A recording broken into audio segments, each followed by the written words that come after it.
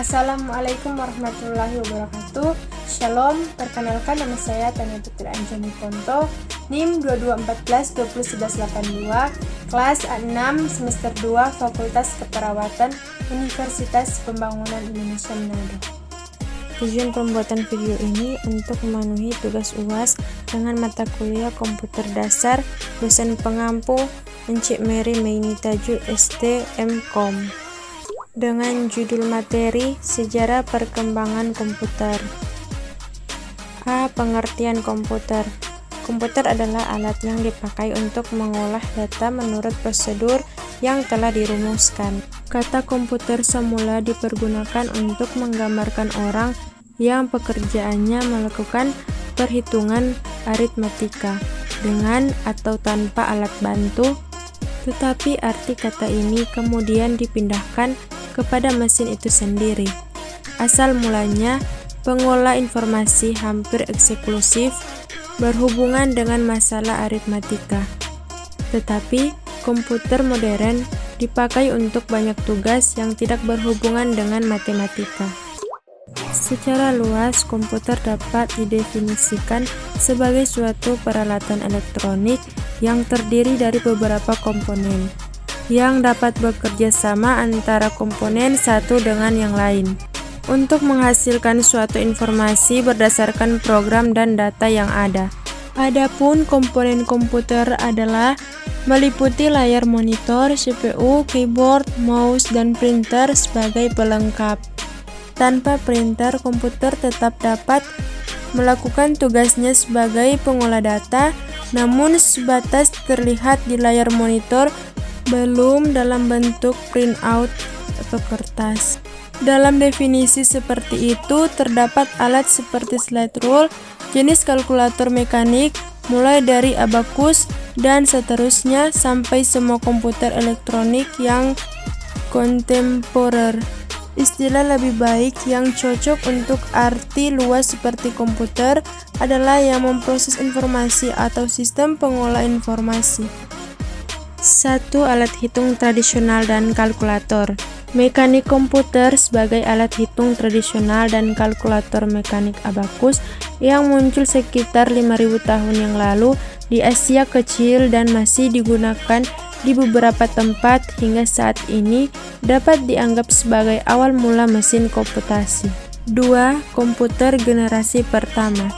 Dengan terjadinya Perang Dunia Kedua, negara-negara yang terlibat dalam perang tersebut berusaha mengembangkan komputer untuk mengeksploitasi potensi strategis yang dimiliki komputer. Hal ini tentu saja meningkatkan pendanaan pengembangan komputer serta mempercepat kemajuan teknik komputer. 3. Komputer generasi kedua. Pada tahun 1948, penemuan transistor sangat mempengaruhi perkembangan komputer. Transistor menggantikan tub vakum yang ada pada televisi, radio, dan komputer. Akibatnya ukuran mesin-mesin elektrik berkurang drastis. 4. Komputer generasi ketiga. Walaupun transistor dalam banyak hal mengungguli tub vakum, namun transistor menghasilkan panas yang cukup besar yang dapat berpotensi merusak bagian-bagian internal komputer. 5. Komputer generasi keempat. Setelah IC, tujuan pengembangan menjadi lebih jelas, yaitu mengecilkan ukuran sirkuit dan komponen-komponen elektrik. Large Scale Integration atau LSI dapat memuat ratusan komponen dalam sebuah chip. 6. Komputer generasi kelima. Mendefinisikan komputer generasi kelima menjadi cukup sulit karena tahap ini masih sangat mudah. 7. Komputer generasi masa depan. Secara prinsip, ciri-ciri komputer masa mendatang adalah lebih canggih dan lebih murah dan memiliki kemampuan di antaranya melihat, mendengar, berbicara, dan berpikir, serta mampu membuat kesimpulan seperti manusia.